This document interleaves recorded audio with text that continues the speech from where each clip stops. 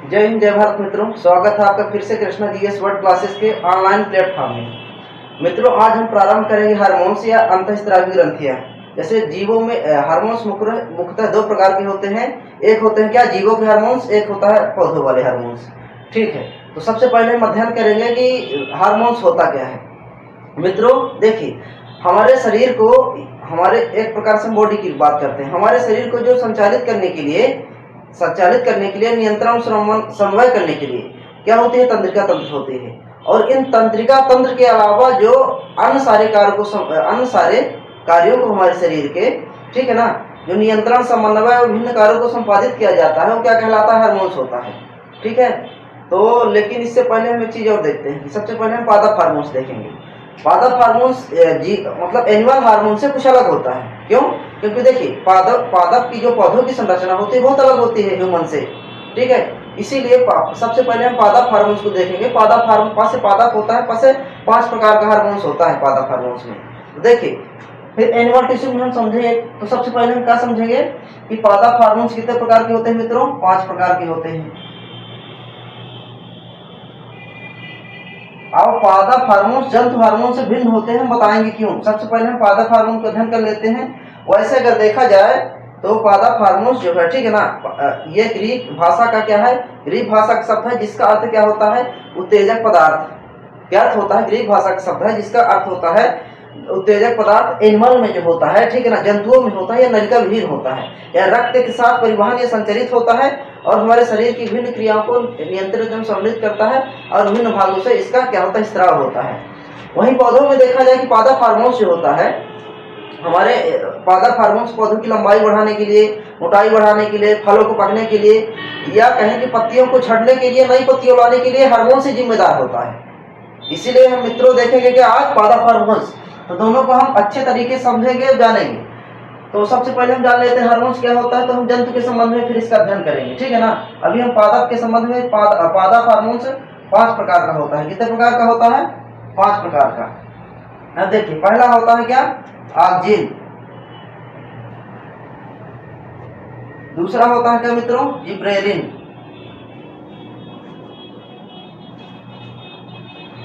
तीसरा होता है मित्रों क्या, साइटोकाइनिन।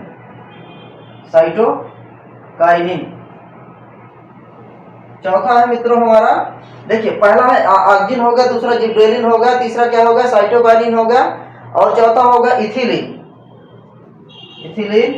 और पांचवा होगा स्कार्बिक एसिड।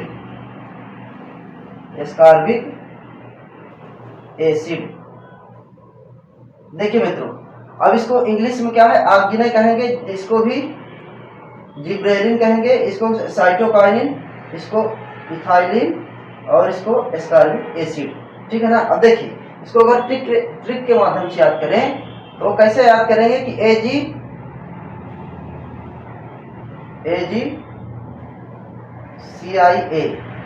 ठीक है ना, AgCIA के माध्यम से हम क्या करेंगे, auxin, gibberellin, cytokinin, ethylene, ascorbic acid.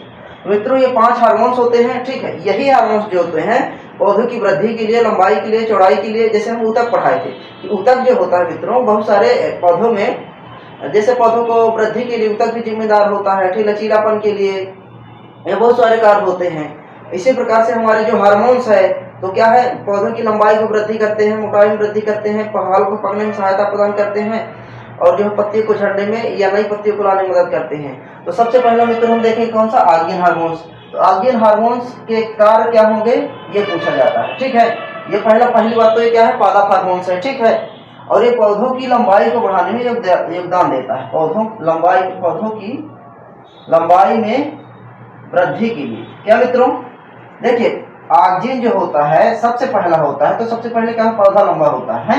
ये पौधा है, मान लीजिए, ये लंबाई को बढ़ाने में क्या करेगा, योगदान देगा, पौधों की वृद्धि में या लंबाई को बढ़ाने में योगदान देगा, कौन सा, ऑक्जिन हार्मोन्स। और दूसरा क्या है, यह जड़ तना सबकी लंबाई बढ़ाएगा, किसकी, जड़ तना की भी लंबाई बढ़ाने में योगदान देगा। और इसी में मित्रों दूसरा पॉइंट क्या होगा, इसी में मित्रों दूसरा होगा, साइटोकाइनिन के साथ मिलकर यह, ठीक है ना, अन्य हार्मोन्स की स्त्रावण को प्रोत्साहित करता है। साइटोकाइनिन के साथ मिलकर अन्य हार्मोन्स के स्त्रावण को क्या करता है, अन्य हार्मोन्स का स्त्रावण करता है। मित्रों इसका सबसे महत्वपूर्ण ऑक्सीजन का क्या होगा, पौधों की लंबाई में वृद्धि करना। साथ ही जड़ तना अन्य भागों की भी लंबाई में वृद्धि करता है, ग्रोथ में योगदान देता है। कौन सा, ऑक्सीजन। अब देखिए यह जो हार्मोन्स है फूल को खिलाने में भी मदद करता है, फूल खिलने में। जैसे मान लीजिए, ठीक है, कोई भी पौधा होगा उसमें फूल लगेंगे, ठीक है ना। फूल कब लगेंगे, जब ऑक्सीजन हार्मोन्स की पर्याप्त उपलब्धता होगी, तब पौधों में क्या होगा, फूल लगेंगे। ठीक है मित्रों, अब देखिए एक चीज और, यह द्वितीयक जाइलम को विभेदित होने के लिए प्रोत्साहित करता है। जाइलम रिसर्च बताए थे ना, टिश्यू में जो है कॉम्प्लेक्स में जो है आपका जाइलम फॉर्म होता है, तो क्या है, यह जो द्वितीय जाइलम को विभाजित करके, द्वितीय जाइलम को विभेदित करके, द्वितीय जाइलम को विभेदित करने के लिए क्या करता है, प्रोत्साहित करता है। मित्रों ये 3-4 इसके कार्य हो गए। तो सबसे पहला ऑक्सीजन हो गया, दूसरा हमारा क्या हो गया, जिब्रेलिन हो गया, ठीक है ना। यह पादपों में जिब्रेलिन समझिएगा, ठीक है ना, क्या करता है, कोशिका विभाजन के लिए मदद करता है, कोशिका विभाजन में मदद करता है। जिब्रेलिन जो हो गया मित्रों क्या करता है, कोशिका विभाजन में मदद करता है। मित्रों हम इसको बाद में देख लेंगे। अब क्या, जिब्रेलिन जो है कोशिका विभाजन में क्या करता है, मदद करता है। मित्रों इसका दूसरा कार्य क्या होता है जिब्रेलिन का, ठीक है, जिब्रेलिन जो होता है, कोशिका विभाजन में साइटोकाइनिन में मदद करता है। देखिए जिब्रेलिन जो होता है बीजों के अंकुरण में सक्रिय योगदान देता है। कहे में बीजों के अंकुरण में सक्रिय योगदान देता है, सक्रिय योगदान देता है। देखिए मित्रों जो जिब्रेलिन होता है बीजों के अंकुरण में सक्रिय योगदान देता है और क्या करता है, ठीक है ना, और यह जिब्रेलिन पौधों की लंबाई को नियंत्रित करता है। मान लीजिए पौधों की लंबाई को नियंत्रित अगर ना करें, पौधा बहुत लंबा हो जाएगा, टूट जाएगा, ठीक है। इसीलिए जिब्रेलिन क्या है, पौधे की लंबाई को नियंत्रित करता है और फलों का आकार बड़ा करने के लिए जिम्मेदार होता है। कहे के लिए, फलों का जो आकार होता है, फलों का आकार को बड़ा करने में जिम्मेदार होता है। अब मित्रों इसी में जिब्रेलिन हो गया, जिब्रेलिन में 2-3 कार्य हो गए। बीजों के अंकुरण के लिए सक्रिय योगदान देता है, लंबाई को नियंत्रित करता है, फलों को आकार बड़ा करने में मदद करता है। अब देखिए मित्रों इतना ही इंपॉर्टेंट है, इतनी चीजें पूछी जाएगी। और इसी में तीसरा क्या है, साइटोकाइनिन, एटीसी, जैसे एजी सीआईए ऐसे याद करना है। सी से क्या हो गया, साइटोकाइनिन। ऐसा समझिए कि साइटो मतलब देखिए साइट्रोन से कोशिका समझिए, और कोशिका में क्या होता है, विभाजन होता है, इसलिए क्या होगा, यह कोशिका विभाजन में मदद करेगा। कोशिका विभाजन में क्या करेगा मित्रों, मदद करेगा। कोशिका विभाजन में क्या करेगा, मदद करेगा। साइटोकाइनिन क्या करेगा, कोशिका विभाजन में मदद करेगा। अब मित्रों इसी में क्या होता है, देखिए कोशिका विभाजित करने के लिए, देखिए कोशिका जो विभाजित होती है पादपों में, उसके लिए यह हार्मोन जिम्मेदार होता है। क्या होता है, यह हार्मोन जिम्मेदार होता है कोशिका विभाजन करने के लिए। अब देखिए यह ऑक्सीजन के साथ मिलकर के, मित्रों यह ऑक्सीजन के साथ मिलकर के, उसमें हम साइटोकाइनिन को उसमें कुछ बता दिए थे, लेकिन जिब्रेलिन में 3 ही चीजें हैं। बीजों का अंकुरण सक्रिय योगदान देता है, अंकुरण में लंबाई को नियंत्रित करता है, फलों को आकार बड़ा करने में जिम्मेदार करता है। और हम क्या बताए थे, देखिए यह जो साइटोकाइनिन होता है मित्रों, यह क्या करता है, ऑक्सीजन के साथ मिलकर हार्मोन को स्त्रावण की भूमिका निभाता है। ऑक्सीजन के साथ मिलकर अन्य हार्मोन्स के स्त्रावण को क्या करता है, योगदान देता है। ये भी जैसे पहले में था कि ये साइटोकाइनिन के साथ मिलकर, तो ये ऑक्सीजन के साथ मिल जाएगा साइटोकाइनिन। अब देखिए मित्रों इसी में साइटोकाइनिन भी पार्श्व संधियों की लंबाई और पत्तियों के निर्माण को नियंत्रित करता है। देखिए साइटोकाइनिन भी जो होता है, जो पार्श्व संधियां होती है ना, ठीक है ना, उनके लंबाई को नियंत्रित करने के लिए,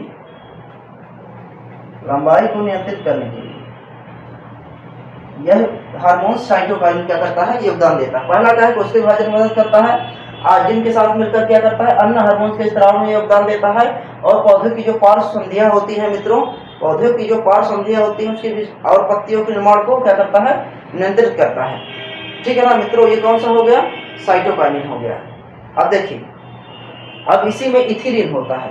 इथिलीन जो होता है समझिए, ठीक है ना, यह गैसीय हार्मोन है, नाम है इथिलीन। हम इसको उठा देते हैं मित्रों, पहले इसको लिख लीजिएगा।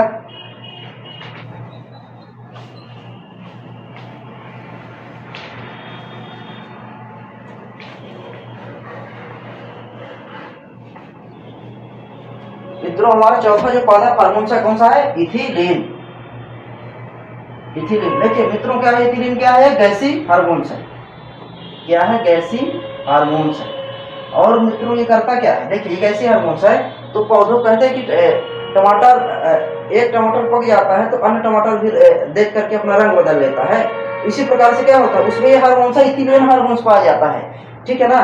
इथिलीन हार्मोन उसमें क्या होता है? जैसे एक पौधे में क्या होता है? पराग कणकर, जैसे किसी एक फल पक गया, ठीक है ना, या उसमें जो परागण होता है तो क्या करता है? फूलों से उड़ उड़ करके सभी उसमें चला जाता है, उसकी एक प्रोसेस होती है। तो ये इथिलीन होता है जो क्या करता है? फलों को पकने में सहायता करता है। क्या करता है? फल को पकने में, उसका फलों को पकने में, आकार बढ़ाने में सहायक है। एक ऐसी हार्मोन है फलों को पकने में व बड़ा करने में योगदान देता है। मित्रों तो ही आता है कि ऐसा कौन सा, अगर आता है कि पादप हार्मोन्स में ऐसा कौन सा हार्मोन्स है जो क्या करता है? गैसी हार्मोन्स है। क्या बताएंगे हम? इथिलीन। ऐसा कौन सा हार्मोन्स है जो फलों को पकने में मदद करता है? कौन सा मित्रों? इथिलीन। अब मित्रों पांचवा इसमें देखते हैं स्कार्बिक एसिड। क्या है? स्कार्बिक एसिड। देखिए मित्रों ये क्या है? पांचवा हार्मोन है, सबसे महत्वपूर्ण है, ठीक है ना। अब ये क्या करता है? पत्तियों को टूटने के लिए, देखिए फलों को गिरने और पत्तियों को टूटने से बचाता है। मान लीजिए हार्मोन्स ना बने तो फल तो लगे, ठीक है ना, लेकिन हवा में क्या है? हवा या अन्य कारणवश क्या क्षतिग्रस्त होकर टूट भी सकते हैं। लेकिन यह हार्मोन जो होता है स्कार्बिक एसिड फलों को गिरने और पत्तियों को क्या है? फलों को गिरने व पत्तियों को टूटने से क्या है? बचाता है। अब देखिए मित्रों, अब इसी में दूसरा पॉइंट क्या है कि अब जब फल पकने के बाद उनकी शाखाओं से टूट जाते हैं उसके लिए भी जिम्मेदार होता है। फल पकने के बाद शाखाओं से क्या होते हैं? टूट जाते हैं, उसके लिए भी यही हार्मोन जिम्मेदार होता है, ठीक है ना। और पत्तियों को पकने और झड़ने दोनों के लिए जिम्मेदार हो। पत्तियां जो होती हैं, पत्तियां पीली होकर के क्या है? गर्मियों में क्या गिर जाती है ना, तो पत्तियों के पकने, झड़ने व नई पत्तियां लाने के लिए यही हार्मोन जिम्मेदार है। कौन सा? स्कार्बिक एसिड मित्रों। अब इसी में देखिए पादप हार्मोन्स, पादप बीजों में सुसुप्ता अवस्था को प्रोत्साहित करता है। मतलब स्कार्बिक एसिड जो है पौधों में क्या करता है? सुसुप्ता अवस्था को क्या करता है? प्रोत्साहित करता है। जो सुसुप्ता अवस्था में रहते हैं, सुसुप्ता अवस्था को क्या करता है? प्रोत्साहित करता है। तो मित्रों क्या है? स्कार्बिक एसिड जो है फलों को गिरने, पत्तियों को टूटने या झड़ने के लिए जिम्मेदार होता है, मुख्यतः यही होता है। और इसमें क्या है कि यह शाखाओं को टूटने से, देखिए पत्तियां जो है वो पकने झड़ने के लिए जिम्मेदार होता ही है, लेकिन क्या है? शाखाओं से टूटने के लिए, फल पकने के बाद शाखाओं से टूटने के लिए, ठीक है ना, यह हार्मोन जिम्मेदार होता है। ये मित्रों हमारा कौन सा? ये पादप हार्मोन हो गया। हमने क्या बताया? पादप हार्मोन जो होता है एनिमल या जंतु हार्मोन से या मनुष्य के हार्मोन से बहुत अलग होता है। क्यों? क्योंकि इसमें देखिए इसमें बहुत सारी इसकी शारीरिक संरचना अलग, इसकी संरचना अलग होती है पादप हार्मोन्स की, और जंतु हार्मोन्स या मनुष्य की संरचना बहुत अलग होती है। अब देखिए ये 5 प्रकार का होता है। पहला कौन सा है? आर्गिन, जिबरेलिन, साइटोकाइनिन और एथिलीन और स्कार्बिक एसिड। आर्गिन को हमने क्या बताया कि लंबाई को बढ़ाता है। जिबरेलिन जो हो गया, ठीक है ना, क्या करता है? जिबरेलिन बीजों को अंकुरण में योगदान देता है, पार्श्वसंधियों की लंबाई को नियंत्रित करता है और फलों को बड़ा करने में जिम्मेदार होता है। तीसरा आपका साइटोकाइनिन होगा, उसके विभाजन में मदद करता है। आर्गिन के साथ मिलकर अन्य हार्मोन्स का निर्माण करता है मित्रों, और यह मतलब पादपों को वृद्धावस्था को विलंब करता है, ठीक है ना, रोकता है। अब मित्रों इसी में यह मतलब कुल मिला के साइटोकाइनिन भी पार्श्व संधियों के बीच लंबाई और पत्तियों के निर्माण में योगदान देता है। चौथा इथाइलिन, मतलब इथिलीन हार्मोन जो होता है गैसी हार्मोन से सबसे ज्यादा पूछा जाता है। कैसा हार्मोन है? गैसी हार्मोन है। इसका कार्य क्या होता है? यह फलों को पकने में सहायता प्रदान करता है, फलों को बड़ा करता है। स्कार्बिक एसिड मतलब एसिड के रूप में यह हार्मोन्स पाया जाता है, और ये क्या करता है? पत्तियों को पकने और झड़ने के लिए जिम्मेदार होता है, ठीक है ना। फल के पकने के बाद शाखाओं को टूटने से क्या करता है? शाखाओं को टूटने के लिए यही हार्मोन जिम्मेदार है। मित्रों ये 5 हार्मोन्स हो गया, आपको रट जाने चाहिए या समझ में आ जाने चाहिए अच्छे से। ये पादप हार्मोन्स को अच्छे से बता दिया। इसी प्रकार हम अब आपको क्या है? जंतु हार्मोन्स बताएंगे। तो ध्यान से देखिएगा मित्रों, जंतु हार्मोन्स जो होता है, देखिए हम इसमें चित्र बना के समझाएंगे आपको। जंतु हार्मोन्स में यह नलिका विहीन होता है। देखिए ग्रंथियां 2 प्रकार की होती है, 3 प्रकार की होती है। अंतःस्रावी ग्रंथ, बहिःस्रावी ग्रंथ और क्या होती है? मिश्रित ग्रंथि होती है। तो सबसे पहले हार्मोन्स को स्टार्ट करने से पहले हम क्या कर लेंगे? इसमें ग्रंथियों को देख लेते हैं। देखिए मित्रों, अंतःस्रावी ग्रंथि अगर हम इसको कहें, ये जंतु हार्मोन्स में पाई जाती है, जंतु हार्मोन्स या हार्मोन्स में, ह्यूमन मनुष्य हार्मोन्स में। अब देखिए, जैसे मान लीजिए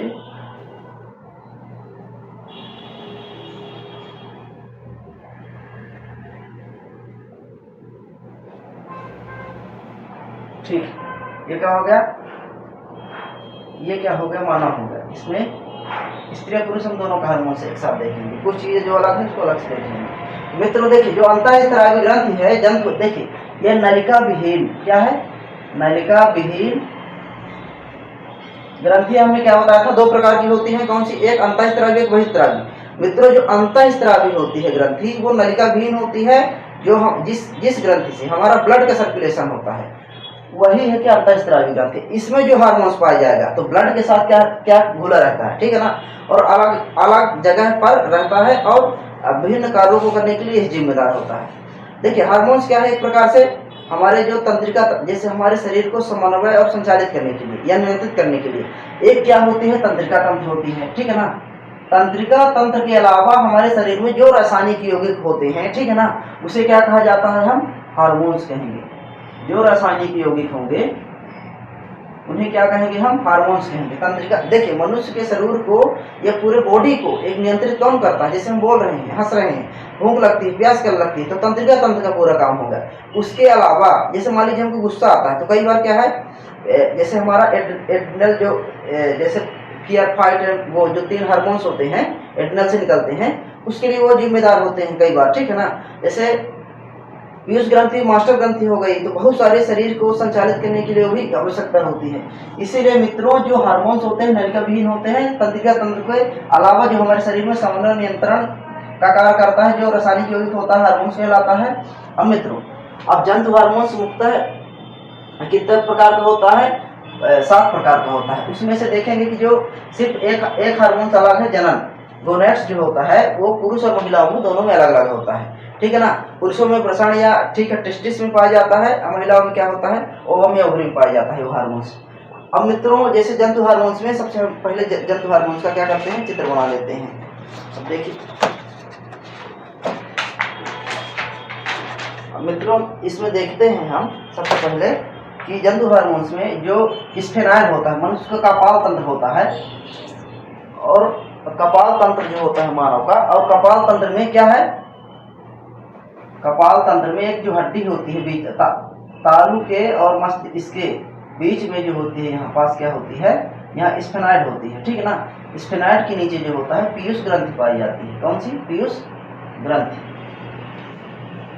ठीक है। देखिए मनुष्य जैसे कपाल तंत्र होता है, 7-8 हड्डियां होती हैं मनुष्य के कपाल तंत्र में, तो हम हड्डी को अलग से देख लेंगे। पूरी जो है 208 हड्डियां हैं हमारी, 206 हड्डियां हैं, उनको हम 1-2 मिनट में कैसे याद करेंगे उसको भी बताएंगे। लेकिन उसके बाद देखते हैं पिट्यूटरी ग्लैंड जो होती है, या इसे क्या कहेंगे, मास्टर ग्रंथि कहा जाता है। मित्रों क्या कहा जाता है, मास्टर ग्रंथि। तो यहाँ से पीयूष ग्रंथि निकलती है, फिर आप बताएंगे।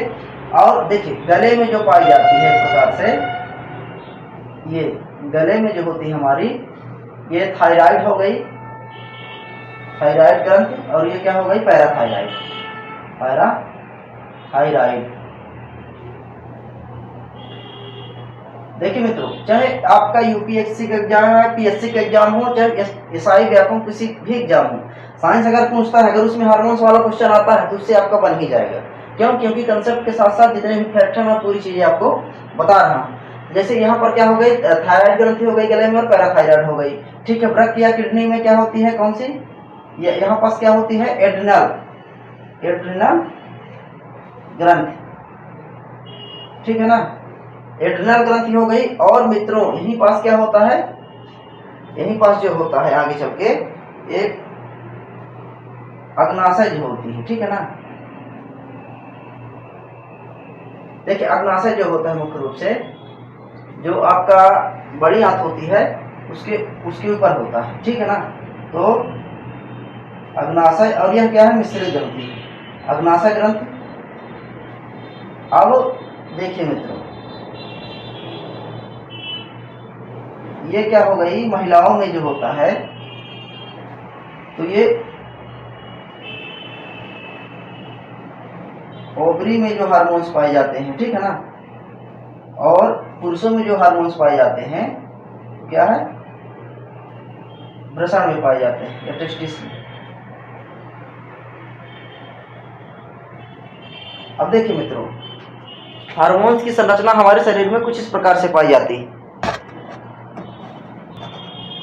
अब देखिए मित्रों, अब हम इनमें जितने हार्मोन्स है क्या है, जैसे स्फेनाइड और जो है हमारे कपाल तंत्र और ये क्या है, तालुका है, इसके बीच में जो पाई जाती है पीयूष ग्रंथि पाई जाती है, मास्टर ग्रंथि, गले में थायराइड ग्रंथि पाई जाती है, और इसी एक दूसरे साइड क्या है, पैराथायराइड पाई जाती है। और जो हमारी किडनी में है एड्रिनल ग्रंथि पाई जाती है, ठीक है ना, एड्रिनल जो है एड्रिनल ग्रंथि, एड्रिनल हार्मोन्स पाया जाता है, और इसमें क्या है, पैंक्रियाज हार्मोन्स या पैंक्रियाज ग्रंथि होती है। और यहाँ जो मादा में जो हार्मोन्स पाए जाते हैं ओवरी में पाए जाते हैं, और पुरुषों या मनुष्यों में या कहें तो पुरुषों में जो हार्मोन्स पाए जाते हैं तो वृषण या टेस्टिस में पाए जाते हैं। ये हार्मोन की हमें क्या है, संरचना इस तरह बना देनी है।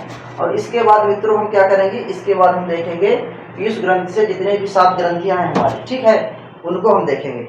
जैसे मान लीजिए पहला कौन सा है, हमारा पीयूष ग्रंथि है, थायराइड ग्रंथि है, पैराथायराइड है, लैंगरहैंस की दिक्कतें हैं, और हमारी जनन ग्रंथियां हैं या यौन ग्रंथियां हैं, थाइमस ग्लैंड है, ठीक है ना।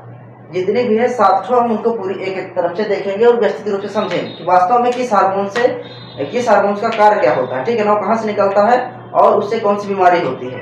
इन चीजों को समझेंगे जो हमारे एग्जाम की दृष्टि से बहुत महत्वपूर्ण है। मित्रों देखते हैं क्या है, पहला है पीयूष ग्रंथि, हम देखेंगे क्या है पहला मित्रों, पहला है पीयूष ग्रंथि।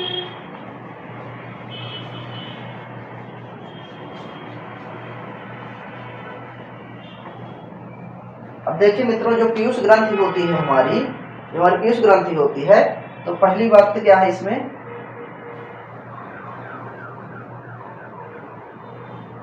इसे मास्टर ग्रंथि की संज्ञा दी जाती है। किस ग्रंथि की, मास्टर ग्रंथि की संज्ञा दी जाती है, ठीक है ना।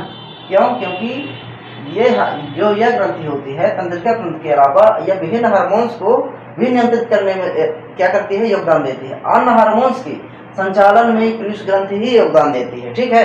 इसीलिए इसे क्या कहा जाता है, मास्टर ग्रंथि कहा जाता है। और मित्रों यह क्या है, यह कपाल स्फेनाइड हड्डी में सेला टार्सिका नामक गठन में उपस्थित होती है। यह कपाल के स्फेनाइड में सेल टार्सिका नामक गड्ढे में क्या होती है, उपस्थित रहती है, यही यहाँ पास पीयूष ग्रंथि। अब देखते हैं मित्रों इसी में दूसरा क्या है, ठीक है ना। और ये क्या होता है, अन्य ग्रंथियों के भी संचालन में योगदान देती है, ठीक है। और ये देखिए एक चीज और, पीयूष ग्रंथि है गर्भावस्था के दौरान स्त्रियों में क्या होती है, कुछ इसका आकार बड़ा हो जाता है। पीयूष ग्रंथि जो है गर्भावस्था में क्या होता है, इसका आकार कुछ बड़ा हो जाता है। और पीयूष ग्रंथि जो है मित्रों, ये बहुत सारे हार्मोन्सों को क्या करती है, सिक्रिएशन करती है, ये स्त्राव करती है। क्या करती है, स्त्राव करती है। पहले ही बता चुके हैं जो हार्मोन्स होते हैं हमारे ब्लड के माध्यम से अलग अलग, देखिए जैसे मान लीजिए ब्लड की वेसल्स है, ठीक है ना, इस और यहाँ पास क्या है, गला है, ये थाइमस है, यहीं से ब्लड के साथ हमारा है, इसका जो कार्य होगा तो क्या करेगी, ये सिक्रिएशन, ये स्त्राव करेगी, ठीक है। तो ये नलिका विहीन होती है, ब्लड के साथ क्या करती है, घुली रहती है। और देखिए यह शरीर की क्रियाओं को संचालन नियंत्रित करती है। और पीयूष ग्रंथि में हम देखते हैं पहली ग्रंथि जो है या पहला हार्मोन क्या है हमारा, पीयूष ग्रंथि, ठीक है। इसमें जो होता है मास्टर ग्रंथि होती है, साथ साथ ही क्या करती है, व्यक्ति के स्वास्थ्य, बुद्धि, लैंगिक विकास में भी योगदान देती है। स्वास्थ्य, बुद्धि व लैंगिक विकास में क्या करती है मित्रों, योगदान देती है। पीयूष ग्रंथि जो होती है तो स्वास्थ्य, वृद्धि, लैंगिक विकास में योगदान देती है। और देखिए मित्रों, पीयूष ग्रंथि से 6 से 7 क्या करते हैं, हार्मोन्स का सिक्रिएशन होता है। तो सबसे हम पहले देखेंगे पीयूष ग्रंथि द्वारा हार्मोन्सों का स्त्राव क्या है, पीयूष ग्रंथि द्वारा हार्मोन्सों का स्त्राव। अब देखिए मित्रों, इसी में हम देखते हैं कि पहला कौन सा है, पीयूष ग्रंथि जो हार्मोन्सों का स्त्राव होता है, इसमें सबसे पहला कौन सा है, इसमें सबसे पहला है ग्रोथ हार्मोन्स या वृद्धि हार्मोन्स, ग्रोथ हार्मोन्स या वृद्धि हार्मोन्स। अब देखिए मित्रों, पीयूष ग्रंथि से जो ग्रोथ या वृद्धि हार्मोन्स का सिक्रिएशन या स्त्राव होता है, ठीक है ना। देखिए यह व्यक्ति की या मनुष्य की लंबाई को बढ़ाने में प्रमुख योगदान देता है। क्या इसका नाम ही है वृद्धि, तो क्या है, लंबाई को बढ़ाने में योगदान देता है। ठीक है, अब देखिए इसका जो कार्य क्या होगा, अब इसके ज़्यादा सिक्रिएशन से क्या होगा, क्या परिणाम आएंगे, और इसके कम स्त्राव होता है हार्मोन्स का शरीर में, ग्रोथ हार्मोन्स का जो स्त्राव होता है उसके ज़्यादा सिक्रिएशन से क्या होगा, कम सिक्रिएशन से क्या होगा मित्रों। देखिए इसके ज़्यादा सिक्रिएशन से क्या होता है, भीम कायता आ जाती है। क्या आ जाती है, भीम का आयता, शरीर क्या होता है एकदम से बहुत बड़ा हो जाता है, भीम कायता आ जाती है। और इसके क्रम स्त्राव से बौनापन आ जाता है। क्या, बौनापन। देखिए जैसे मान लीजिए कोई व्यक्ति बहुत लंबा ऊंचा चौड़ा है, ठीक है ना, ये समझ लीजिए कि उसमें जो है ग्रोथ हार्मोन्स की मात्रा अधिक ही या वृद्धि हुई है या ज़्यादा सिक्रेशन हुआ है। मान लीजिए कोई बौना है, छोटा है, उसमें क्या होता है, उसमें क्या होता है कि उसमें जो स्त्राव हुआ है इस हार्मोन्स का बहुत कम हुआ है, इसलिए उसकी लंबाई, कुछ जेनेटिक असर्स भी होते हैं, लेकिन हार्मोन्स में शरीर की वृद्धि और विकास के लिए बहुत महत्वपूर्ण होता है हार्मोन्स। तो अब देखिए इसके भीम कायता को इंग्लिश में क्या कहा जाता है मित्रों, जेनेटिज्म। क्या है मित्रों, इसको क्या कहा जाता है, एक्रोमेगेलिया कहा जाता है, गेनेटिज्म या एक्रोमेगेली, ये जेनेटिज्म या भीम कायता कहा जाता है। और इसको क्या कहा जाता है, डॉर्फ या बौनापन। अब देखिए इसको क्या कहेंगे, DWA। देखिए इसमें क्या है, डॉर्फ या क्या क्या कहेंगे हम इसको, बौनापन कहेंगे। अब देखिए मित्रों, पीयूष ग्रंथि में जो पहला है ग्रोथ हार्मोन से वृद्धि हार्मोन, क्या करता है, लंबाई को बढ़ाने में योगदान देता है, ठीक है ना। और इस हार्मोन्स के अधिक स्त्राव से क्या भीम कायता या एक्रोमेगेली गेनेटिज्म हो जाता है, और इसके कम स्त्राव से क्या हो जाता है मित्रों, डॉर्फिज्म हो जाता है, ठीक है ना, डॉर्फिज्म हो जाता है या बौनापन हो जाता है इंसान। तो ये कौन सा हो गया, जीएच हार्मोन्स, ग्रोथ हार्मोन्स, इसे क्या कहेंगे शॉर्ट फॉर्म में जीएच हार्मोन्स। मित्रों इसी में हम अगला देखते हैं, दूसरा हार्मोन्स क्या है, ठीक है ना। दूसरा हार्मोन्स है प्रेरक हार्मोन्स या थायराइड प्रेरक हार्मोन्स, थायराइड प्रेरक हार्मोन्स। मित्रों जो दूसरा हमारा हार्मोन्स है थायराइड प्रेरक हार्मोन्स है, इसे क्या कहा जाता है, थाइट्रोट्रोपिक भी कहा जाता है, थाइट्रोट्रोपिक भी कहा जाता है। मित्रों जो थायराइड जो होता है, थायराइड हमारी एक अलग से ग्रंथि भी है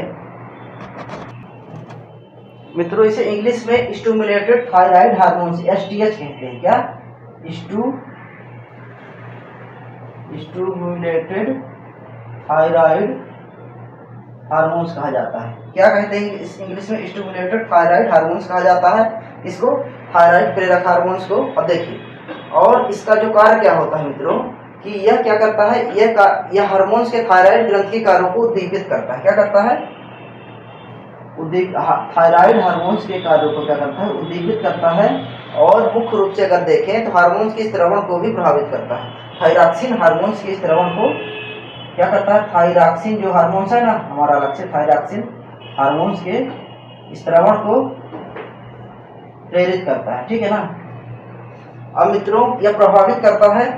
अब ये दूसरा कौन सा हो गया हमारा मित्रों, STH थायराइड प्रेरक हार्मोन्स। अब इसी में मित्रों हम देखेंगे तो तीसरा कौन सा है, ये कार्टिकोट्रोपिक हार्मोन्स। तो हम इसको लिख लीजिए, अगला हम इसको मिटा के फिर हम तीसरा हार्मोन्स बताते हैं पीयूष ग्रंथि में।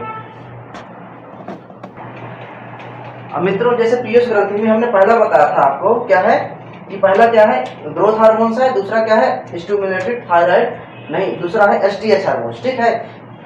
यह हार्मोन जो थायराइड ग्रंथि को प्रभावित करता था। अब तीसरा क्या है मित्रों, इसमें ACTH क्या है, एड्रेनोकार्टियोट्रोपिक हार्मोन्स। देखिए ये भी जो है तीसरा जो है, यह हार्मोन्स अधिवृक्क या एड्रिनल जो ग्रंथियां हैं उसका एड्रिनल, जैसे मान लीजिए एड्रिनल या अधिवृक्क जो होती है, किडनी हमारी होती है, उसमें कॉर्टेक्स और मेडुला दो भाग होते हैं। तो बाहरी भाग को कॉर्टेक्स कहा जाता है, अंदर भाग को मेडुला। जो कॉर्टेक्स से रिलीज होता है, क्या होता है, यह अधिवृक्क ग्रंथि के कॉर्टेक्स, कहाँ से, एड्रिनल ग्रंथि के कॉर्टेक्स। मित्रों जो एड्रिनल ग्रंथि के कॉर्टेक्स, ठीक ना, कॉर्टेक्स को प्रभावित कर उससे निकलने के लिए हार्मोन्स को प्रभावित करती है। क्या है, कॉर्टेक्स से निकलने वाले हार्मोन्स को प्रभावित करती है, यह कॉर्टेक्स भाग से निकलता है। एसीटीएच जो हार्मोन्स है, तो एड्रिनल जो अधिभंग ग्रंथियां हैं उसके कॉर्टेक्स भाग से क्या करता है, कॉर्टेक्स से प्रभावित कर उससे निकलने वाले हार्मोन्स को भी प्रेरित करता है। मित्रों इसी में जो चौथा है क्या है, गोनेडोट्रोपिक हार्मोन्स। ठीक है, ये क्या होता है, जनन ग्रंथियों को क्रियाशीलता को प्रभावित करता है। गोनेडोट्रोपिक क्या होता है, जनन ग्रंथियों के क्रियाशीलता को क्या करता है, प्रभावित करता है। जैसे हमारी जनन ग्रंथि क्या है, ओवरी हो गई, ठीक है ना, टेस्टिस हो गई, उससे जो टेस्टोस्टेरोन, प्रोजेस्टेरोन, ठीक है ना, बहुत सारे जो हार्मोन्स निकलते हैं, हम अगले उसको अलग ही टॉपिक में देखेंगे। जनन ग्रंथियां मतलब इसी में देखेंगे, मतलब लास्ट क्रम जो है उसमें। गोनेडोट्रोपिक हार्मोन जनन ग्रंथियों की क्रियाशीलता को करता है, प्रभावित करता है। फिर आपका पांचवा हो गया एफएसएच, जो पॉलिकल स्टिमुलेटेड हार्मोन्स, ठीक है ना, स्टिमुलेटेड हार्मोन्स। मित्रों जो पांचवा जो क्या है, पॉलिकल स्टिमुलेटेड हार्मोन्स है, ठीक है ना। अब देखिए इसका कार्य क्या होता है, यह पुरुषों में, ठीक है ना, हार्मोन्स के शुक्रजन जो होता है, स्पर्मोजेनेसिस को उद्दीपित करता है, क्या करता है। और महिलाओं में यह जो होता है, पुरुषों में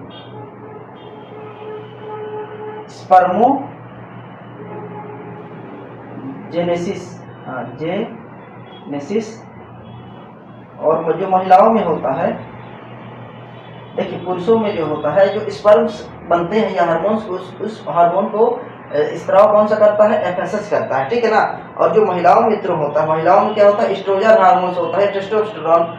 देखिए महिलाओं में जो होती है, स्त्रियों में एस्ट्रोजन हार्मोन्स को स्त्राव को प्रभावित करता है, एस्ट्रोजन हार्मोन्स का सिक्रेशन करता है, ऐसा कहें, ठीक है ना। और महिलाओं में जो होता है, पुरुषों में जो होता है इसी में, तो यह क्या करता है, पुरुषों को क्या करता है कि शुक्रजन या स्पर्मोजेनेसिस को उद्दीपित करता है। स्त्रियों में जो है अंडाकारी अंडोत्सर्ग को प्रेरित करता है, अंडोत्सर्ग या अंडोत्सर्ग क्या करता है, प्रेरित करता है। देखिए जो एफएसएच होता है, पॉलिकल स्टिमुलेटेड हार्मोन्स, पुरुषों में स्पर्मोजेनेसिस के लिए उत्तरदायित्व होता है, और महिलाओं में जो होता है अंडोत्सर्ग के लिए क्या करता है, उत्तरदायी होता है।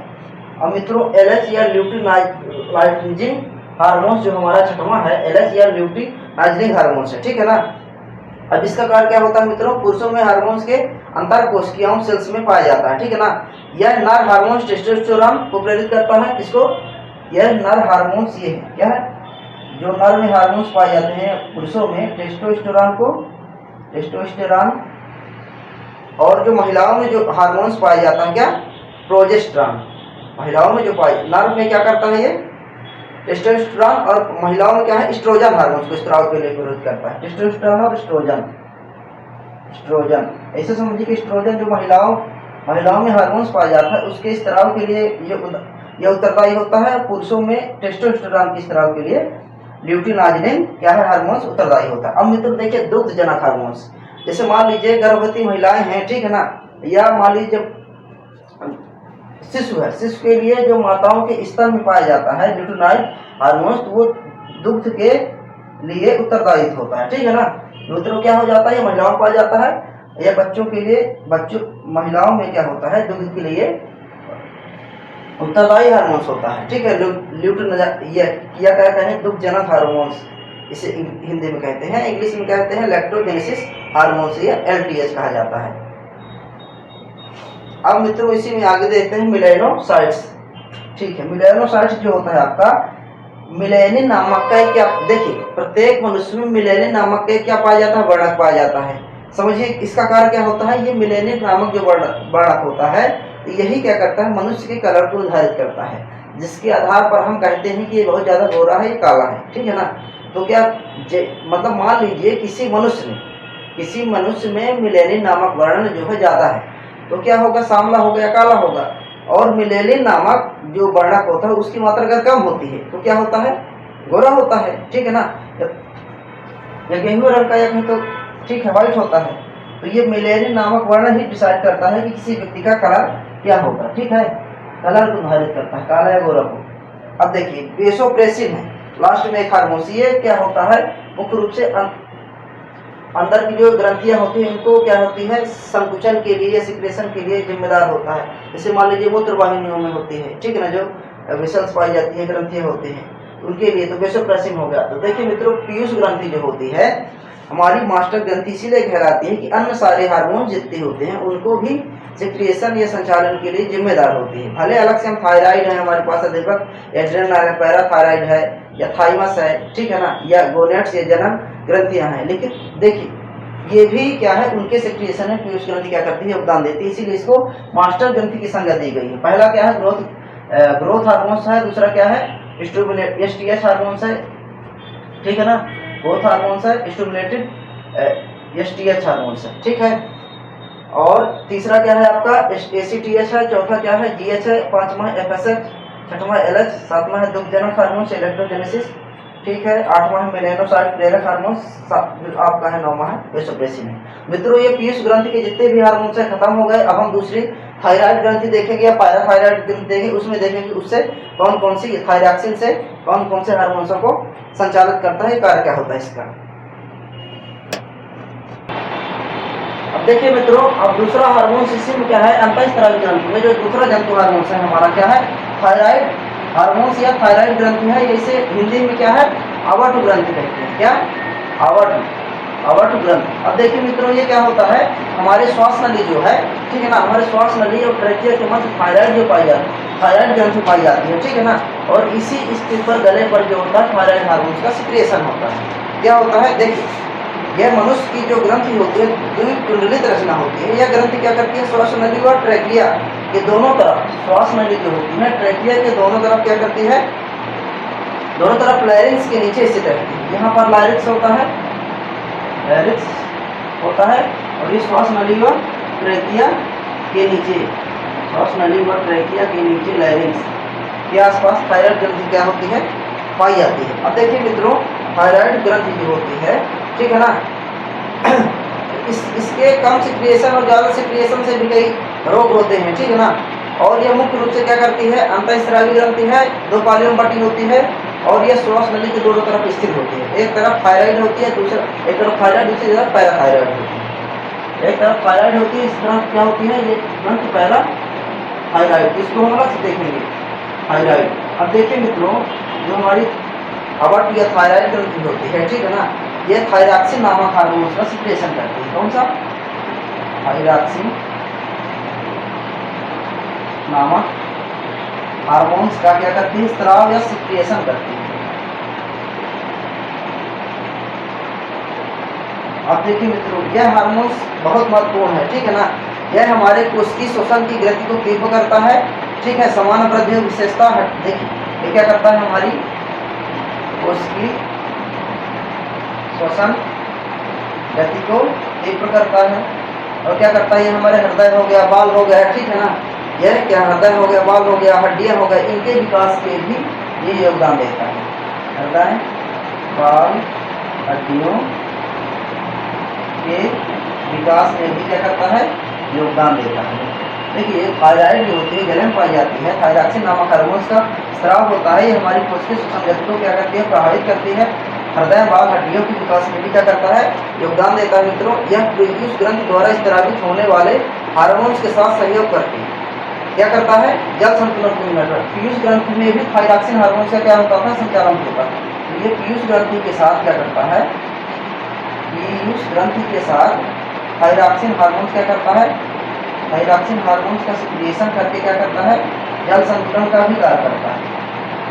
जल संतुलन जो हमारी थायरॉक्सिन ग्रंथि है, जो क्या करती है, पीयूष ग्रंथि और इस तरह के हार्मोन के साथ मिलकर शरीर में जल संतुलन या नियंत्रण का कार्य करता है, ठीक है। अब इसके आगे देखते हैं मित्रों, बच्चों में थायरॉक्सिन की कमी के कारण, देखिए अब थायरॉक्सिन के कारण रोग कौन कौन से होते हैं, देखिएगा बच्चों में कौन से होंगे, यौनावस्था में कौन से रोग होंगे, अगर लंबे समय तक इस हार्मोन्स की कमी रहती, इस हार्मोन्स की कमी से है, पैराथायराइड हार्मोन्स की कमी से बच्चों में कौन सा रोग होगा, यौनावस्था में, ठीक है ना, यौनावस्था में कौन सा रोग होगा। और लंबे समय तक, अगर लंबे समय तक इसकी कमी रहती है इस हार्मोन से, ठीक है ना, मनुष्य में लंबे समय तक इस हार्मोन की कमी से कौन सा रोग होता है। मित्रों, तो ये सबसे इंपॉर्टेंट है और यही एग्जाम में पूछा जाता है कि बच्चों में जैसे आवर्त मानवता या क्रिटिनिज्म, ठीक है ना, बच्चों में आवर्त मानवता या क्रिटिनिज्म नामक रोग होता है। क्या होता है बच्चों में? बच्चों में अवट वामनता नामक रोग उत्पन्न होता है। इस रोग से 30 वर्ष की उम्र वाला, ठीक है ना, इस रोग से क्या होता है? इस रोग से 4-5 वर्ष का बालक प्रतीत होता है, ठीक है। 20 वर्ष वाला बच्चा जो होता है 4-5 वर्ष प्रतीत होता है। और यौवनावस्था में, इस यौवनावस्था में जो है ये थायरॉक्सिन नामक हार्मोन की कमी से कौन सी बीमारी होती है? ठीक है ना, मिक्सडीमा। क्या होती है? मिक्सडीमा। तीनों को याद रखिएगा मित्रों। और लंबे समय तक अगर इस हार्मोन्स की कमी है तो हाइपोथायराइडिज्म या हाइपोथायराइडिज्म नामक बीमारी हो जाती है, ठीक है ना। ये तीनों है थायरॉक्सिन हार्मोन्स की क्या है? कमी से होता है। देखिए गले में जो होता है, ठीक है मित्रों, एक चीज और होती है, इसको लिख लीजिए आप लोग, इसको लिख लीजिए। अब देखिए भोजन जो हम करते हैं, ठीक है ना, भोजन में अगर हमारे शरीर में आयोडीन की मात्रा कम हो जाती है, भोजन जब हम करते हैं तो आयोडीन उसके साथ में रहता है भोजन में, ठीक है। अगर शरीर में आयोडीन की क्या होती है मात्रा, आयोडीन की मात्रा अगर कम होती है और ये ज़्यादा होती है, उसके लिए थायरॉक्सिन जो ग्रंथि होती है जिम्मेदार होती है, ठीक है ना। कम या ज़्यादा होती है तो गले में हमारा एक रोग हो जाता है, ठीक है ना। कमी से भी होता है और ज़्यादा से भी होता है। मित्रों कौन सा वो रोग हम देखते हैं? गोइटर या घेंघा रोग। गोइटर या घेंघा रोग। देखिए मित्रों, जो भोजन में हमारे शरीर में आयोडीन की कमी से कौन सा रोग होगा? हम कहेंगे गोइटर रोग होगा। कौन सा होगा मित्रों? गोइटर नामक रोग हो जाता है, ठीक। इससे थायराइड नामक ग्रंथि का आकार बहुत बड़ा हो जाता है। क्या हो जाता है? थायराइड ग्रंथि का जो ये आकार है कितनी बड़ी हो सकती है, ठीक है ना, इस प्रकार से। इसीलिए हमारा गला पूरा सूज जाता है। तो ऐसा समझिएगा मित्रों कि अगर हमारे भोजन में आयोडीन की मात्रा कम ना होने पाए, ताकि हमें कौन सा गोइटर या घेंघा रोग ना हो पाए, ठीक है ना। नहीं तो क्या होगा? ये पूरी थायराइड ग्रंथि खुल जाएगी। अब मित्रों अगर शरीर में आयोडीन की मात्रा अधिक हो गई तब भी समस्या है। समस्या दोनों में है, कम भी हो गया ज़्यादा भी हो गया। इसीलिए हमें चाहे भोजन में हो, चाहे पढ़ाई में हो, चाहे जीवन में हो, क्या करना है? संतुलन बना के चलना है। इसीलिए हमारे ठीक है दार्शनिकों ने मध्यम मार्ग का रास्ता दिया है कि ना तो आप ज़्यादा आलसी बनिए, ना तो ज़्यादा भोगी विलासी, या कहीं तो बहुत ज़्यादा तपस्या करिए। इसीलिए हम क्या करना है? आयोडीन की मात्रा इतनी लेना है कि हमें ना गोइटर रोग या घेंघा रोग ना हो सके, ना ही क्या अगर इसको अधिक हो जाता है तो क्या होता है? इसको टॉक्सिन गोइटर कहा जाता है। Toxin goitre.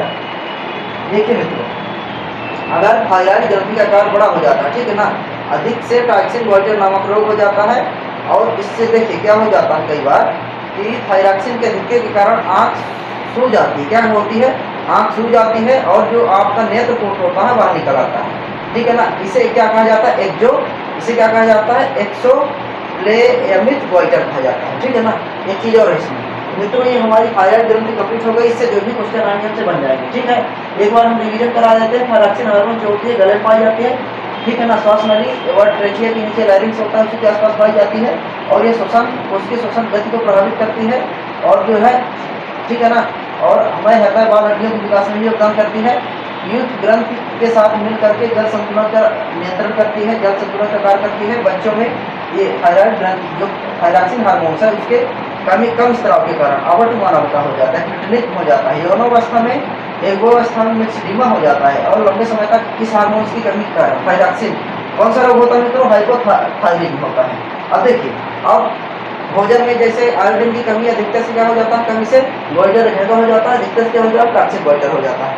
अब देखिए मित्रों ये थायरॉक्सिन हार्मोन्स कंप्लीट हो गया, ठीक है ना। अब हम क्या करेंगे? पैराथायराइड जो इधर हमारे गले में दूसरे साइड पाई जाती है, पैराथायराइड या परावटी से कहते हैं, परावटी ग्रंथि। इसको हम अच्छे से देख लेंगे, इसका कार्य क्या होता है।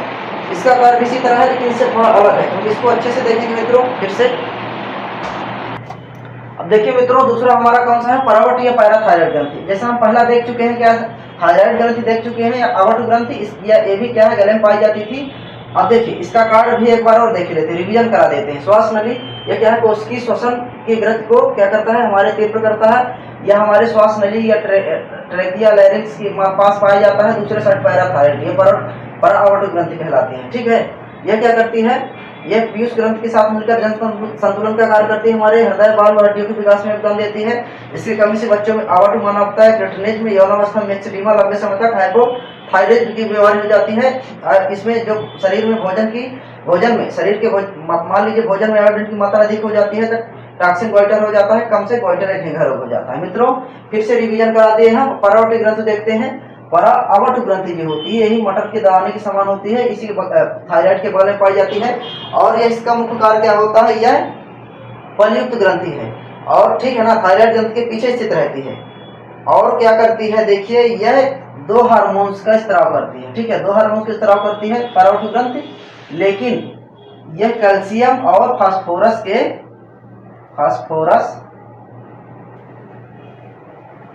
व कैल्शियम के क्या करती है, फास्फोरस या कैल्शियम की मात्रा को नियंत्रित करती है। ठीक है, जो हमारे रक्त में देखिए हमारे रक्त में बहुत सारे अवयव पाए जाते हैं, ठीक है ना, उसमें से कैल्शियम हमारे रक्त में जो कैल्शियम और क्या पाया जाता है मित्रों, कैल्शियम और फास्फोरस पाया जाता है, उसके स्त्रावण को क्या करता है, ये नियंत्रित करता है। उसके स्त्रावण को क्या करता है, नियंत्रित करता है। अब देखिए मित्रों, अब यह परावर्त जो है यह पैराथायराइड 2 हार्मोन्स का सिक्रेशन करता है। कौन सा मित्रों, 2 हार्मोन्स का सिक्रेशन करता है। पहला क्या है, पैराथायराइड हार्मोन, दूसरा कैल्सिटोनिक हार्मोन्स। क्या है, पैराथायराइड हार्मोन्स या कैल्सिटोनिक हार्मोन्स। कौन सा, कैल्सिटोनिक हार्मोन्स। देखिए मित्रों, इसको बता देते हैं नीचे वाले को।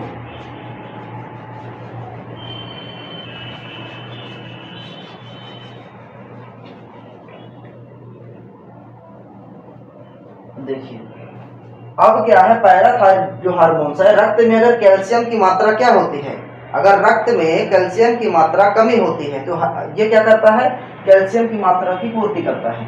ठीक है ना, पैराथायराइड अगर कैल्शियम की मात्रा रक्त में अधिक होती है, ठीक है, ये क्या करता है, कैल्शियम की मात्रा अधिक हो जाती है तब यह हार्मोन्स मुक्त हो जाता है और ये पैराथायराइड हार्मोन्स के विपरीत काम करता है, हड्डियों के विघटन में काम करता है और मूत्र में कैल्शियम का उत्सर्जन क्या कर देता है, बढ़ा देता है। मूत्र से कैल्शियम का, देखिए हम क्या बताएं कि अगर मान लीजिए पैराथायराइड हार्मोन जो है कैल्शियम की मात्रा अगर रक्त में कम हो जाती है तो कैल्शियम की मात्रा को क्या करता है, बढ़ाता है, कैल्शियम की मात्रा को बढ़ाता है और ये क्या करता है, कैल्शियम की मात्रा को कम करता है। कैसे, जैसे मान लीजिए पहले देखते हैं पैराथायराइड हार्मोन्स। ठीक है, पैराथायराइड हार्मोन्स में क्या होता है, ये उस समय मुक्त होता है जब कैल्शियम की मात्रा कम होती है और यह जो अवशोषण तथा व्रक, ठीक है ना, व्रक में रक्त की कैल्शियम फास्फोरस को मुक्त कर देता है। तो हड्डियों की वृद्धि, जैसे क्या होता है, हमारी हड्डियों की वृद्धि और ठीक है ना, और दांतों के विकास या एनामेल जितने भी तत्व हैं, ठीक है ना, फास्फोरस कैल्शियम बनते हैं, उनके विकास में प्रमुख भूमिका निभाता है। दूसरा है कैल्सिटोनिक हार्मोन्स, ये जब रक्त में कैल्शियम की मात्रा अधिक हो जाती है तो उसको कम करता है और उसके साथ वो क्या करता है, कैल्शियम को उत्सर्जन कर देता है। ये मित्रों हमारी तीसरी जो ग्रंथि हो गई पैराथायराइड ग्रंथि हो गई, ये भी कंप्लीट हो गई। अब मित्रों हम चौथी अधिवृक्क या एड्रिनल ग्रंथि देखते हैं। कौन सी, अधिवृक्क या एड्रिनल ग्रंथि, इसको हम और बेहतरीन ढंग से समझेंगे। ठीक है ना, कि जो हमारी किडनी होती है उस किडनी के 2 भाग होते हैं, ठीक है ना, कॉर्टेक्स और मेडुला भाग होता है। तो इससे जो हार्मोन्स का सिक्रिएशन होता है और हमारे शरीर, एक प्रकार से देखें शरीर के संतुलन में यह भी जो अधिवृक्क ग्रंथि है भी बहुत महत्वपूर्ण भूमिका निभाती है। ये किडनी है, जैसे हमारे ब्लड को है या पानी को हो, ये गंदगी चीजों को क्या करती है, छानती है। ठीक है ना, तो जो अधिवृक्क ग्रंथि है उसको हम देखते हैं। अब देखिए मित्रों, चौथा हार्मोन जो है हमारा एड्रिनल, ठीक है ना, अधिवृक्क ग्रंथि जो होती है एड्रिनल ग्रंथि होती है। तो देखिए जैसे मान लीजिए ये मनुष्य की बॉडी है, बॉडी में जो किडनी है, किडनी के ऊपर, ठीक है ना, एड्रिनल ग्रंथि पाई जाती है और यहीं से क्या होता है, इस हार्मोन से सिक्रेशन होता है। और एक चीज और देख लेते हैं, जो हमारी किडनी होती है, ठीक है ना, किडनी होती है, उसके आंतरिक भाग को क्या कहा जाता है, मेडुला कहा जाता है और बाहरी भाग को क्या कहा जाता है, कॉर्टेक्स कहा जाता है। अब देखिए आंतरिक भाग से दूसरे हार्मोन्स निकलेंगे और बाहरी भाग से दूसरे हार्मोन्स निकलेंगे। देखिए एड्रिनल ग्लैंड जो होती है मुख्य रूप से, ठीक है ना, जो अधिवृक्क ग्रंथि होती है, ठीक है, प्रत्येक के ऊपरी सिरे और अंदर की ओर स्थित रहती है। और देखिए ये दोनों भाग कार्यात्मक रूप से उत्पत्ति से एक दूसरे से भिन्न होते हैं। दोनों भाग जो होते हैं कार्यात्मक रूप से एक दूसरे से उत्पत्ति से भिन्न होते हैं। इसीलिए देखिए हम एड्रिनल कॉर्टेक्स या स्रावित हार्मोन्स के द्वारा पहले हम क्या देखेंगे कि हम कॉर्टेक्स के द्वारा, ठीक है ना, बाहरी भाग को क्या कहेंगे हम कॉर्टेक्स। तो एड्रिनल कॉर्टेक्स के द्वारा उत्सर्जित होने वाले हार्मोन से उसके कारण हम देखते हैं मित्रों, ठीक है ना। तो जो एड्रिनल कॉर्टेक्स होता है मुख्य रूप से, ठीक है, उसमें से कितने हार्मोन्स निकलते हैं मित्रों, तीन हार्मोन्स निकलते हैं कॉर्टेक्स ये बाहरी भाग से, ठीक है ना।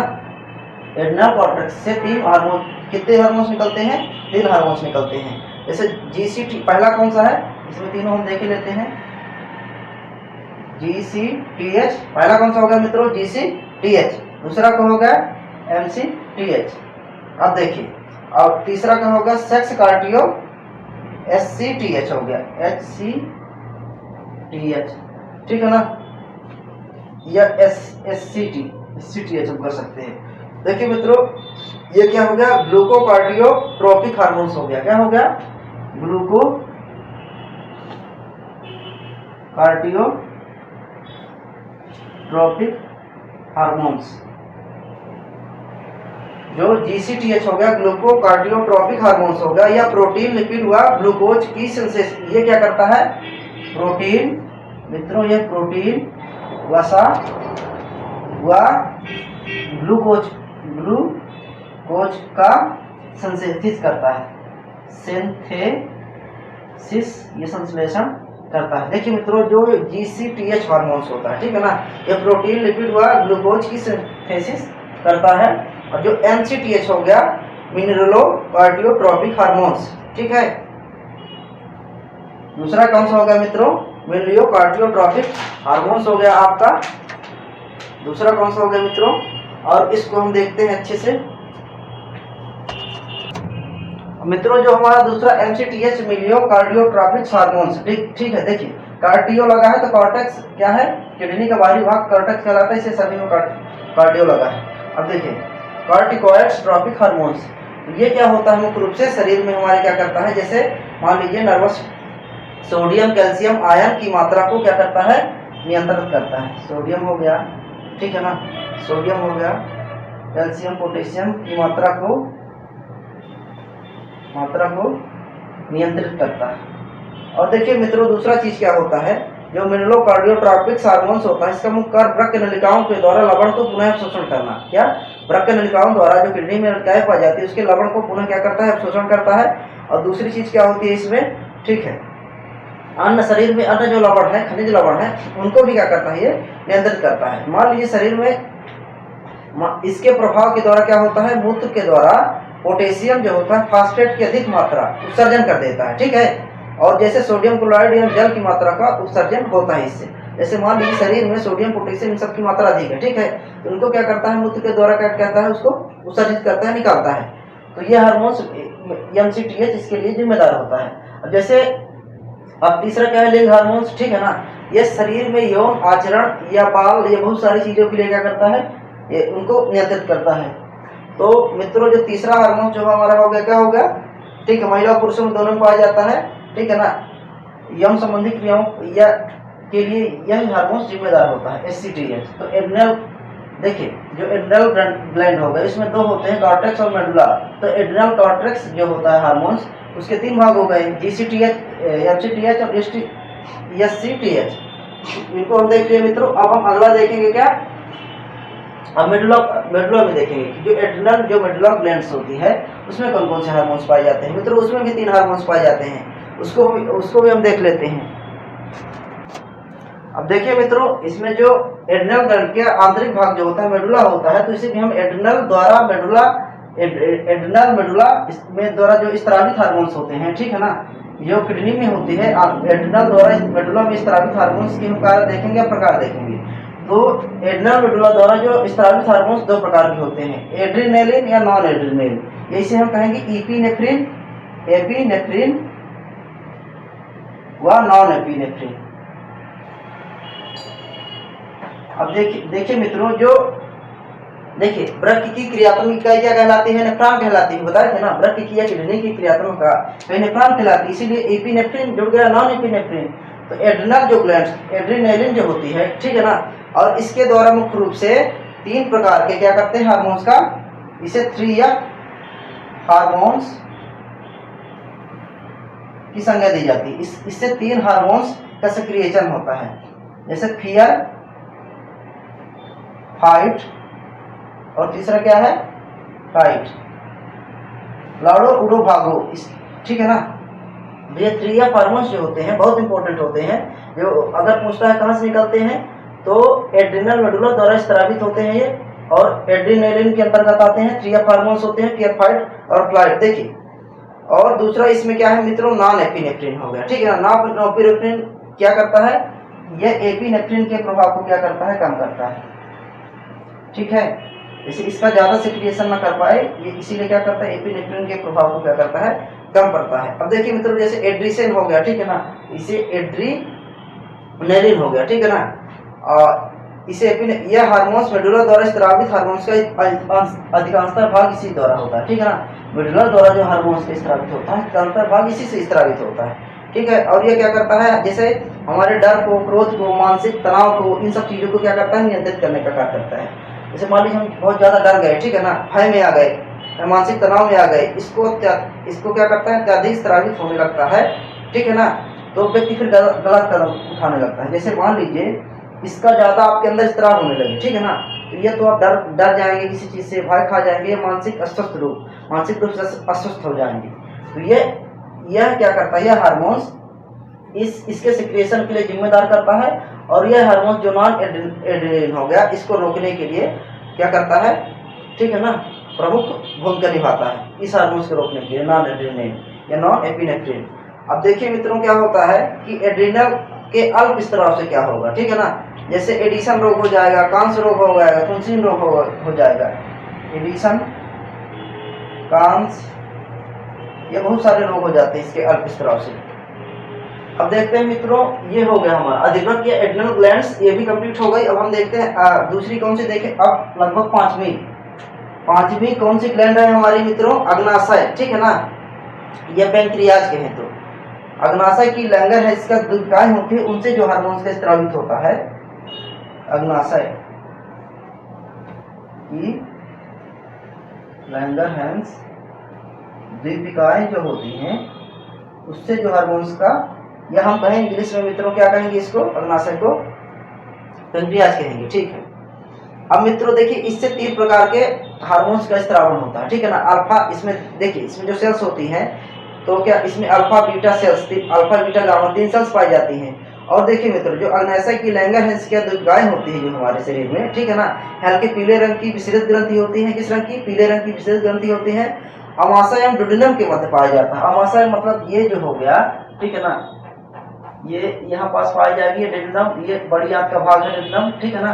और जो अमाशय है ऊपर का पेट वाला भाग हो गया, उसके बीच में ऐसी कुछ संरचना पाई जाती है, इसे क्या कहेंगे हम, अग्नाशय। अब देखिए मित्रों, अग्नाशय जो है एक प्रकार की क्या है, मिश्रित ग्रंथि होती है, अंतःस्रावी भी है, बहिस्रावी है।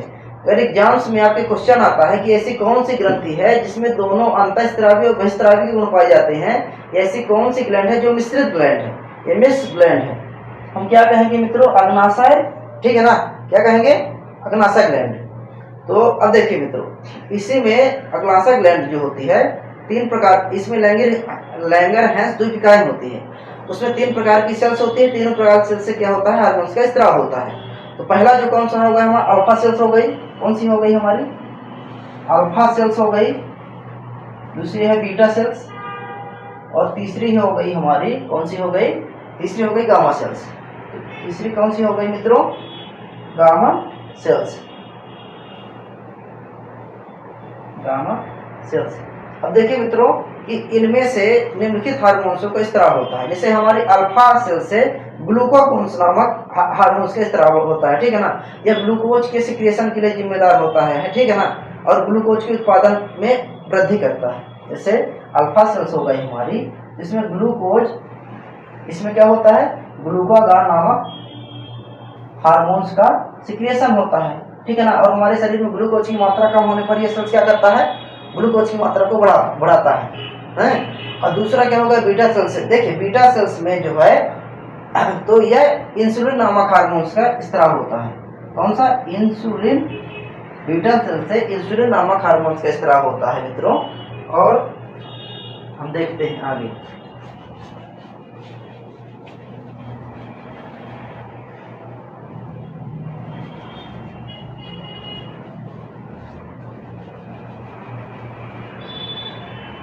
मित्रों इस बीटा सेल जो है, बीटा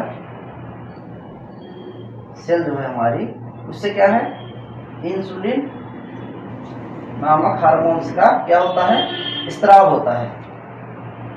बीटा सेल से इंसुलिन नामक हार्मोन्स का स्त्राव होता है। अब देखिए इसमें एक चीज और है, ठीक है ना, यह कार्बोहाइड्रेट के उपापचय में प्रमुख भूमिका निभाता है। कार्बोहाइड्रेट के उपापचय में प्रमुख भूमिका निभाता है, ठीक है हार्मोन्स। और पेशियों एवं यकृत में ग्लूकोज, ठीक है ना, ग्लूकोज और प्रोटीन का संश्लेषण करता है, ठीक है ना। क्या करता है, यह जो होता है कार्बोहाइड्रेट के उपापचय में प्रमुख भूमिका निभाता है। और यह पेशियों एवं यकृत के ग्लूकोज से, ठीक है ना, ग्लाइकोजन में परिवर्तित कर देता है। जो हमारी पेशियों और लीवर में, ठीक है ना, यकृत में, ठीक है ना, ग्लूकोज ज्यादा होता है, जब उसको ग्लाइकोजन में परिवर्तित कर देता है। किसमें, ग्लाइकोजन में परिवर्तित होता है। फिर देखिए मित्रों आगे क्या होता है, यह शर्करा एवं वसा के निर्माण में भी योगदान देता है, ठीक है। प्रोटीन संश्लेषण का प्रेरित का कार्य करता है। शर्करा और किसके, वसा के निर्माण में प्रमुख भूमिका निभाता है, ठीक है ना। एक चीज और है, यह पेशियों में ग्लूकोज उपापचय की प्रक्रिया को तीव्र कर देता है। क्या कर देता है, ग्लूकोज की, पेशियों में ग्लूकोज की उपापचय की प्रक्रिया को क्या कर देता है मित्रों, यह तेज कर देता है। और क्या होता है, अब अग्नाशय इंसुलिन हार्मोन्स का उत्पादन बंद कर दे तो मूत्र एवं रक्त की शर्करा की मात्रा बढ़ जाएगी, ठीक है ना। एक चीज और है, यदि क्या होता है कि अग्नाशय इंसुलिन हार्मोन्स का उत्पादन बंद कर दे तो मूत्र एवं रक्त में शर्करा की मात्रा बढ़ जाएगी, ठीक है। अगर अग्नाशय जो है हमारा इंसुलिन नामक हार्मोन्स का उत्पादन क्या कर दे, बंद कर दे, तो रक्त में और मूत्र में क्या हो जाएगा, शर्करा की मात्रा क्या हो जाती है, बढ़ जाती है। अब देखिए मित्रों, इसीलिए क्या होता है, यह ग्लूकोज से ऑक्सीकरण में शरीर की कोशिकाओं को ऊर्जा को मुक्त करता है। एक चीज और है इसके, अब सबसे महत्वपूर्ण क्वेश्चन ये पूछता है कि इंसुलिन के कम स्त्राव से, ठीक है ना, कौन सा रोग होता है, इसके अधिक स्त्राव से। मेन मुद्दा तो ये है, जो फैक्ट पूछा जाता है हमारे बहुत सारे व्यापक एग्जामों में, तो क्या पूछता है कि यह हार्मोन्स की कमी से मधुमेह या डायबिटीज रोग हो जाता है। क्या, मधुमेह क्या हो जाता है, डायबिटीज मेलिटस कहते हैं इंग्लिश में। क्या कहते हैं, डायबिटीज मेलिटस। देखिए मित्रों, इंसुलिन के कम स्त्राव से डायबिटीज या मेलिटस रोग हो जाता है, ठीक है ना। और इसकी अधिक मात्रा से क्या हो जाता है, हाइपोग्लाइसीमिया हो जाता है। क्या हो जाता है, हाइपोग्लाइसीमिया हो जाता है। अब देखिए मित्रों, ये इंसुलिन हमारी बीटा सेल्स हो गई। अब देखिए गामा सेल्स हो गई, और गामा सेल से सोमेटोस्टेरोन क्या है, जो हमारी गामा सेल्स है उससे सोमेटो, मित्रों क्या है, गामा सेल से सोमेटोस्टेटिन हार्मोन्स का क्या होता है, सिक्रेशन होता है। जो हमारी गामा सेल्स हो गई उससे सोमेटोस्टेटिन हार्मोन्स का क्या होता है, सिक्रेशन होता है।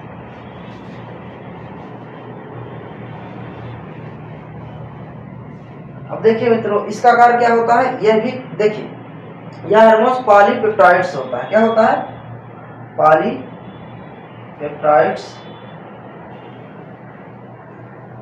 यह हार्मोन्स पॉलीपेप्टाइड्स होता है। अब देखिए इसका कार्य क्या होता है, यह पचे हुए भोजन का स्वांगीकरण की अवधि को बढ़ाता है। जो सोमेटोस्टेटिन हार्मोन्स होता है, पचे हुए भोजन के स्वांगीकरण को क्या करता है, बढ़ाता है। अब देखिए मित्रों, ये हमारा कौन सा हार्मोन्स हो गया पूरा, ये एड्रिनल ग्लैंड में जो हमारा हो गया कॉर्टेक्स और मेडुला कंप्लीट हो गया। फिर दूसरा क्या हो गया, अग्नाशय हो गया। और अग्नाशय में, ठीक है मित्रों, अग्नाशय जो या पैंक्रियास जो हमारी ग्लैंड्स हो गई, उससे दो प्रकार के हार्मोन्स का सिक्रेशन हो गया, ठीक है ना। तीन प्रकार के अल्फा बीटा गामा सेल्स पाई जाती हैं, और उन्हीं से क्या है, तीनों से हार्मोन्स का सिक्रेशन होता है। अब देखिए मित्रों, इसके बाद हम कौन से स्टार्ट करते हैं, इसके बाद हमारा जो सातवां है जो जनन ग्रंथियां हैं, कौन सी है? जनन ग्रंथियां, गोनेट्स ग्लैंड, या इससे जो हार्मोन का सिक्रिएशन होगा, जनन ग्रंथियां होती हैं। सातवीं कौन सी ग्रंथियां हैं? जनन ग्रंथियां हैं, या इसे इंग्लिश में हम क्या कहेंगे मित्रों? गोनेट्स। अब देखिए हम उतनी समय चित्र बना के बताए थे मनुष्य में, ठीक है ना, यह जनन ग्रंथियां हैं पुरुषों में, ठीक है ना, वृषण में पाई जाती हैं, और महिलाओं में कहाँ पाई जाती हैं? ओवरी में पाई जाती है।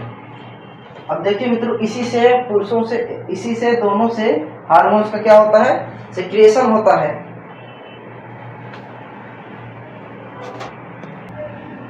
अब देखिए मित्रों, जो हमारी गोनेट्स होती हैं, जनन ग्रंथियां होती हैं, 2 प्रकार की होती हैं। मादा में जो होती है उदर के मध्य ओवरी में पाई जाती है, और पुरुषों में जो होती है वृषण में पाई जाती है, ठीक है ना।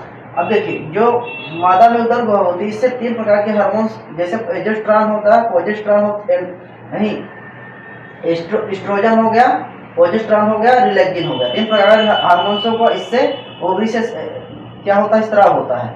और वहीं पुरुषों में जो होता है वृषण से, ठीक है, या टेस्टिस से क्या होता है? एंड्रोजन, या ठीक है ना, या टेस्टोस्टेरोन। एंड्रोजन या टेस्टोस्टेरोन, 2 प्रकार के हार्मोन्सों को क्या होता है? सिक्रिएशन होता है। अब मित्रों हम देख लेते हैं कि यौन ग्रंथियां जो होती हैं 2 प्रकार की होती हैं, ठीक है ना। एक टेस्टिस होती है, ओवरी होती है। अब देखिए जो पुरुषों में टेस्टिस के माध्यम से 2 हार्मोन्सों का सिक्रिएशन होता है, कौन कौन सा होता है? Testosterone, androsterone. अब देखिए मित्रों, जो टेस्टोस्टेरोन होता है, एंड्रोस्टेरोन होता है, जो पुरुषों में यौन विकास के लिए, ठीक है ना, क्या होता है? यौन विकास के लिए, पुरुषों में यौन विकास ज्ञानेंद्रियों तथा शरीर के उपापचयिक कार्यों में प्रमुख भूमिका निभाती है, ठीक है। पहला इसमें जो होगा मित्रों, वृषण से जो 2 हार्मोन्स का सिक्रिएशन होता है, एंड्रोस्टेरोन या टेस्टोस्टेरोन, ठीक है ना, एस्ट्रोजन जो भी कहें, टेस्टोस्टेरोन या एंड्रोस्टेरोन। अब देखिए क्या होता है? पुरुषों में यौन विकास,